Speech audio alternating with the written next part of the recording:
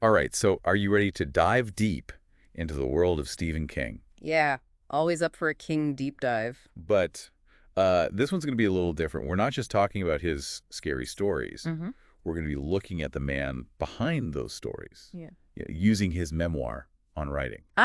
So kind of like exploring the person who created all those iconic characters and worlds. Exactly. You'll get to see his journey, his writing process, all the experiences that made him who he is. I like it. On Writing is a really cool book. Like, he kind of mixes his personal life with all this writing advice. It's not just your typical autobiography. Yeah, it's more like he's having a conversation with you, you know, about writing, his struggles, his successes, all of it.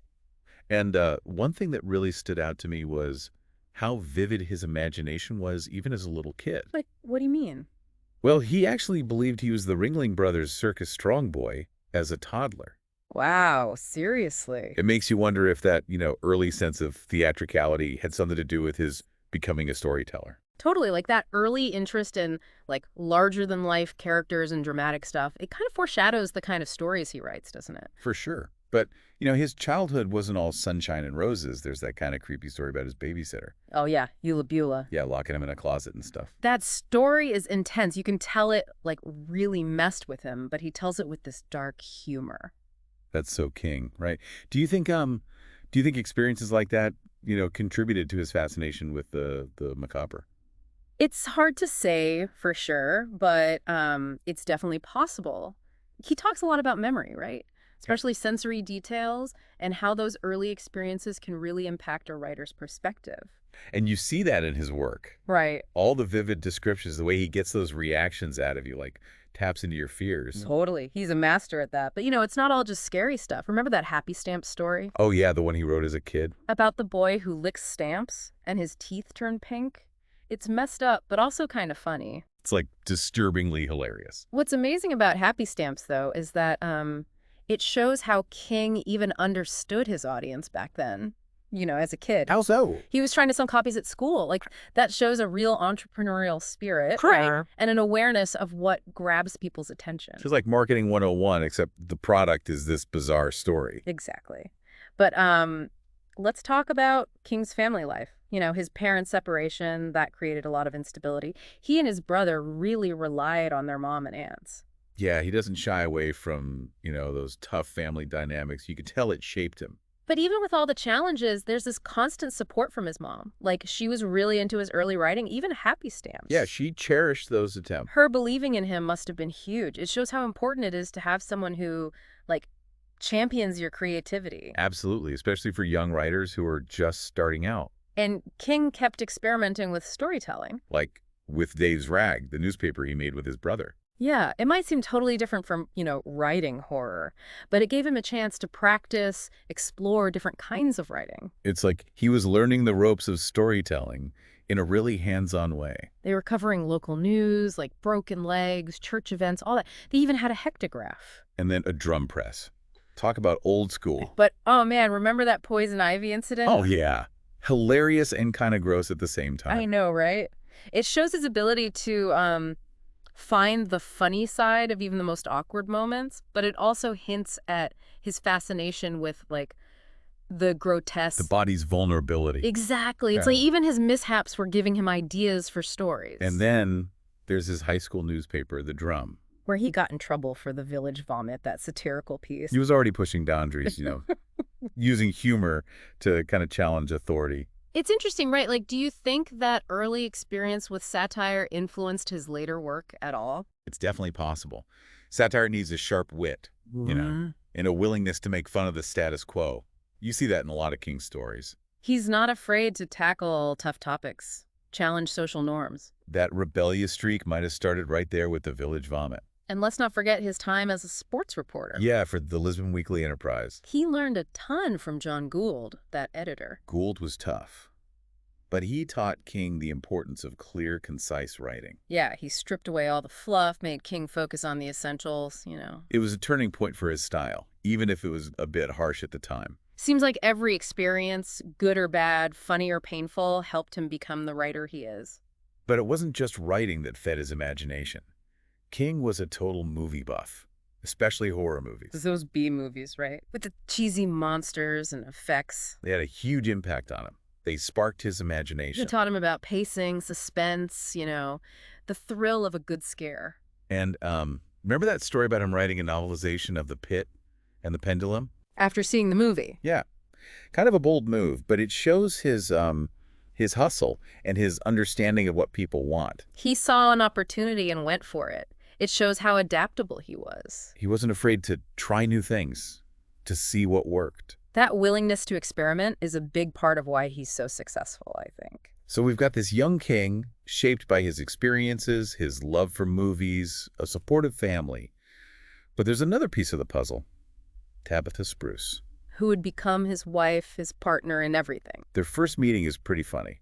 He actually thought she was someone else's girlfriend. Aw, no way. But they had this undeniable connection. Yeah. Tabitha quickly became his rock, someone he could confide in who always supported him. She's more than just a supportive wife, though, right? Oh, absolutely. She's a writer herself. King often talks about her being his ideal reader. Her feedback and encouragement were huge for him. Their relationship shows how powerful a true partnership can be. Having someone who believes in you, challenges you, helps you grow. But even with Tabitha by his side, King had it rough. He had tons of different jobs while trying to make it as a writer. Teaching, working at a laundry, all that. Those were tough years, right? Lots of financial stress and that constant fear of failure. It's inspiring to see that even King, this mega successful writer, went through all that. It shows you that hard work and dedication are key. He was writing short stories, getting rejected, but never giving up. And then Carrie happened, the book that changed everything. He actually started it while he was teaching, feeling super discouraged about his writing. And he almost threw it away. Yeah, but Tabitha, she literally fished it out of the trash. She was like, keep going. This is good. What a moment. Imagine if Carrie had ended up in a landfill. It shows how important it is to have someone who believes in your work even when you don't. And it shows how unpredictable the creative process can be. Sometimes the stories we think are nothing special turn out to be the ones that really hit home with readers. Carrie gets published, becomes a huge hit. Suddenly, everything changes for the Kings. But success has its own challenges, right? King's been open about his struggles with addiction during this period. Yeah, it's a dark part of his story, but it also shows how honest he is. He doesn't shy away from the hard stuff. Yeah. And that makes him relatable. It's interesting how his experiences with addiction, how they show up in his work, it adds this whole other layer to his characters. It definitely makes them more complex, more real. Okay, so before we jump into King's later years and the lessons he shares on going to writing, we got to talk about a major moment that shook him to his core. The accident. Yeah, in 1999, a real turning point for him. He was hit by a van while walking, right? And his injuries were serious. Reading his account of it is, chilling. It's almost like something from one of his novels, except it was real. But even with that trauma, you see his resilience. He was determined to keep writing, to get his life back. It makes you think about how that experience, that brush with death changed his whole outlook on life and writing. Right. And that's something we're going to explore as we get into on writing, because after the accident, his reflections on his craft, on being a writer, they become even more powerful. Yeah, they really do. It's wild how that accident, almost dying, changed his writing. You see these themes of how fragile life is, how precious time is. It's in his later books. Yeah, I get that. It's like the accident, it made him understand what it means to be human even more, Yeah, totally. And when you read on writing, it's not just like a writing textbook or something. It's about life. Right, right. And his advice is so down to earth. He's funny. It's not what you'd expect from the king of horror, Exactly. He's really practical, though, encouraging new writers, reminding them that anyone can learn to write better. He's not sugarcoating it either. No, he's been there. He gets it. And he shares his wisdom, but he's so honest about it all. Like when he talks about reading, he's like, you got to read all the time. He's super serious about that. Yeah, he said, if you don't have time to read, you don't have the time to write. I mean, at first that sounds kind of weird. It does. When you think about it, it makes sense. How can you find your own style if you don't read other people's writing? Exactly. Reading shows you different ways to write. You learn new words. You see how stories work. It's like you absorb the writing skills just by reading, right? Yeah, exactly. But he also says you got to read critically. Pay attention to what works and what doesn't. So it's not just enjoying the story. It's like studying it, too. And then there's that other advice he gives. Write what you know.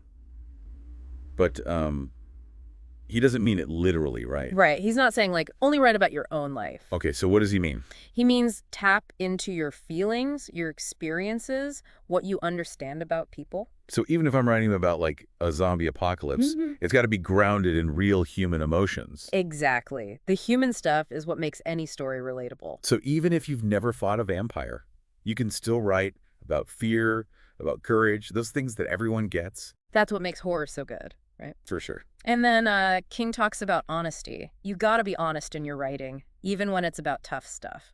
He definitely doesn't shy away from darkness in his own books, but it always feels real, you know? Like he's dealing with real human problems. He believes that honesty connects with readers on a deeper level. It's like you're sharing a secret with them. He also talks about backstory, like understanding a character's past. But he says you can't put too much in, it'll slow the story down. It's tricky. You need some backstory to explain why characters do what they do, but too much of it can be boring. It's got to be just the right amount. And speaking of tools, remember that King talks about your writing toolbox? Oh yeah, he's got some great advice about that. He compares writing to being a carpenter. Like you need the right tools, vocabulary, grammar, all that. I love that analogy. It's so clear. It means writing is a skill. You can get better at it with practice. Like, okay, maybe I'm not a master carpenter yet, but I can start learning the basics. Yeah. And eventually I can build something amazing. Exactly. You break it down into small steps, learn the fundamentals first, then keep adding more tools. Just like a carpenter wouldn't show up with just a hammer, right? A writer needs different skills for different writing challenges. Totally. The more tools you have, the more creative you can be. So we should always be learning new techniques, experimenting, right? Yeah, for sure. He also talks about finding your ideal reader. Like, it's not about trying to please everyone. It's about understanding who you're writing for. He believes every writer has, like, a specific reader in mind. And it's important to get feedback, but from people you trust, people who can give you honest opinions. He's lucky to have Tabitha, right? She gives him the real deal. Having someone like that is so valuable. Someone who gets your vision, but can also tell you what needs work. And you know, what I find most inspiring about King is that he believes in the magic of writing. Like, he really believes it can change lives. It's not just putting words on paper. It's creating something special, something that touches people, you know? It's about connecting with something bigger than yourself, something that's true for everyone. Creating those worlds, those characters, stories that stick with you. That's the power of a great story. He knows writing can be lonely, but he sees it as a way to reach out to the world, to connect with people. And that's powerful. Yeah, it is. So, you know, King gives a lot of specific advice on writing. Like, he's all about clear, concise writing. Keep it simple. Don't use fancy words or complicated sentences. He wants you to get to the point, let the story flow. And he really hates adverbs. Especially in dialogue tags, right? Yeah, he calls them the dandelions of prose. They weaken your writing, he says. Instead of saying, he said angrily, King wants you to use strong verbs. Let the dialogue show the emotion. He said, she said, that's enough. The reader can figure out how the characters are feeling, right? Trust the reader. Yeah. And he has some great tips for writing good descriptions. He thinks it's a skill, something you learn by practice and paying attention to details. He's so good at creating those vivid images in his books, making you feel like you're right there. He says you got to use descriptions that appeal to the senses. Sight, sound, smell, taste, touch, all that. But you can't overdo it. Right. Too much description can bog down the story. It's about finding the balance, you know.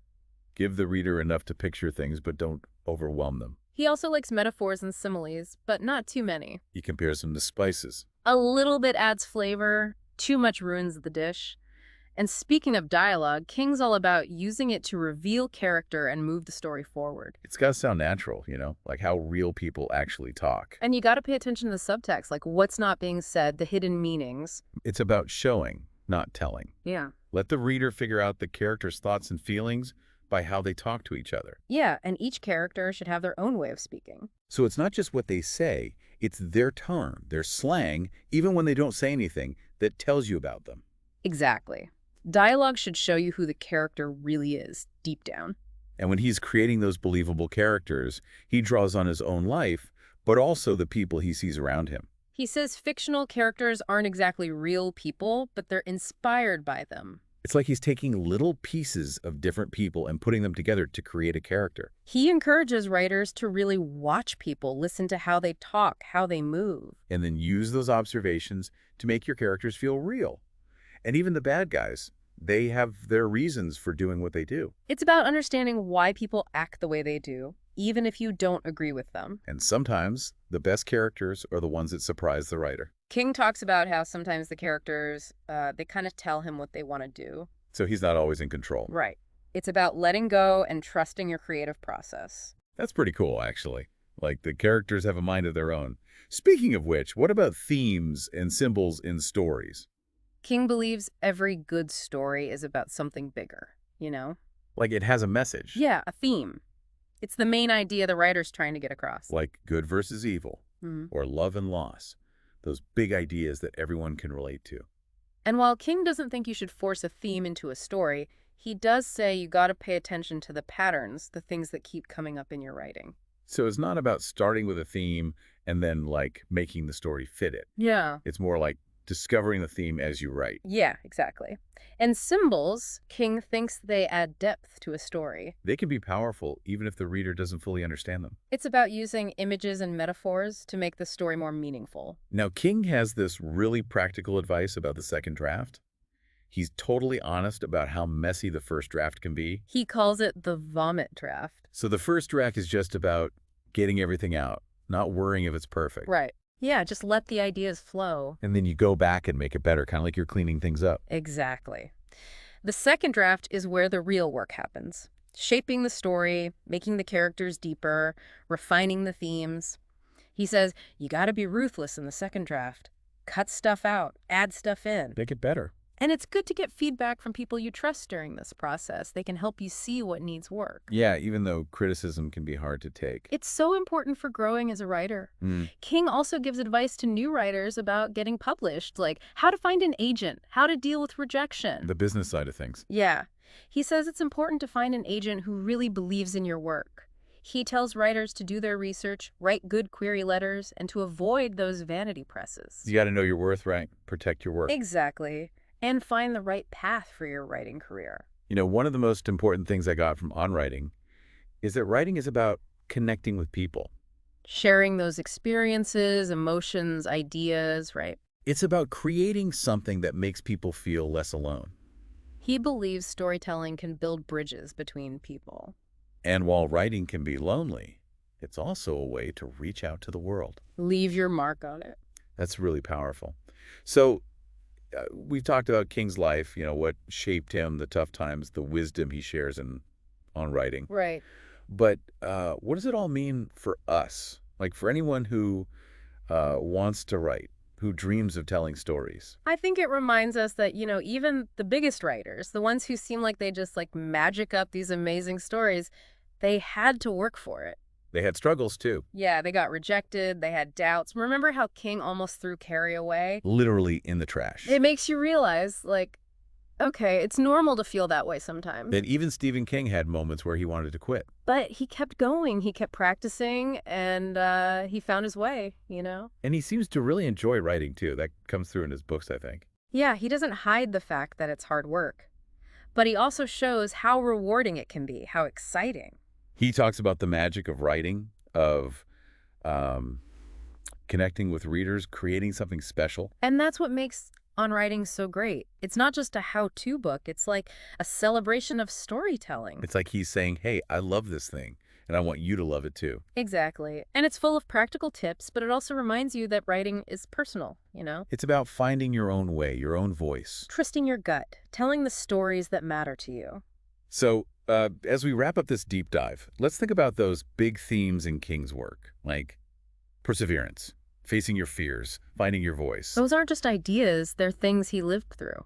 Remember that story about him thinking he was the circus strongman when he was little? Yeah. It's funny, but it also shows how much he loved using his imagination, even as a kid. And then there are the darker things he went through, Those ear infections, that creepy babysitter. Things that could have made him afraid to, engage with the world. But instead, he turned them into stories. He explored the darkness, but also found the humor in it. And even after he became successful, he was open about his struggles with addiction. Shows us that everyone have their own demons, that the road to success is bumpy. And that those experiences, the good and the bad, they shape who we are as writers. And speaking of finding your voice, King really emphasizes that, Hmm. being true to yourself, writing what you know, what you care about. He wants you to embrace what makes you unique, find your audience, trust your gut. It takes courage to share your work, even when it's scary. But you can't give up on your dreams. And what's amazing is that King became so successful without, selling out. He stayed true to his love for horror, for telling those dark stories. And he do it with honesty, empathy, a real understanding of what it means to be human. He shows us that it's okay to be different, to love what you love, to tell the stories only you can tell. So as we wrap up, I want to ask you, what stuck with you from this deep dive? What made you think? What will you take with you on your own writing journey? Remember, everyone has a story inside them. Maybe it's time to start writing yours. Thanks for joining us for this deep dive into the world of Stephen King. Until next time, happy reading and happy writing.